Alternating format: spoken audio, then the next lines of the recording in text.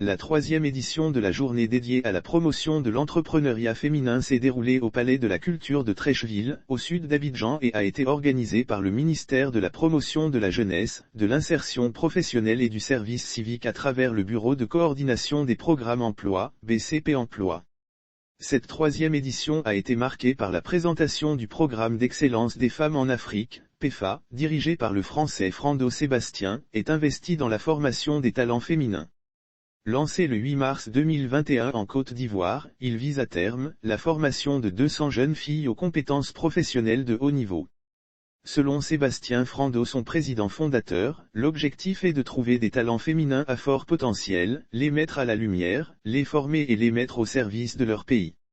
Ne peuvent prendre part à ce programme que les étudiantes du niveau licence et master. Elles recevront des formations intenses dans des domaines comme le leadership, les stratégies en développement, le coaching en business etc., par des consultants basés à Paris et à l'université d'Harvard aux États-Unis.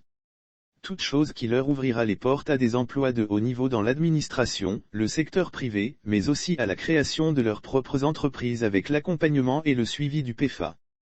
À en croire Sébastien Frando, le PEFA est une belle opportunité pour les jeunes étudiantes, car il leur permet de tisser un réseau international qui leur servira dans leur carrière professionnelle. Le PEFA est un programme pour aider les femmes qui ont envie de bâtir leur pays. Car, quand la femme réussit, c'est toute la nation qui réussit, a-t-il ajouté. Emboîtant le pas à son invité spécial lors de la cérémonie, le ministre Touré Mamadou a salué l'initiative du PEFA qui, selon lui, permettra de régler le problème de la faible représentativité des jeunes femmes dans les sphères de décision.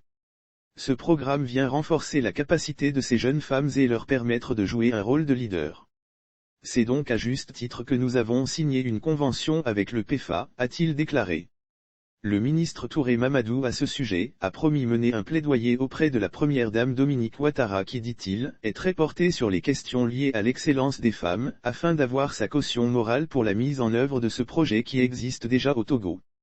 Il a pour ce faire, invité toutes les jeunes filles remplissant les critères de sélection à s'inscrire dès maintenant pour bénéficier de la formation qui commencera en janvier 2022. Signalons par ailleurs, qu'au cours de la troisième édition de la journée dédiée à la promotion de l'entrepreneuriat féminin, de nombreuses femmes désirant entreprendre ont soumis leurs projets au C2D Emploi Jeunes ou au projet Emploi Jeunes et Développement des Compétences, PEGEDEC, pour financement.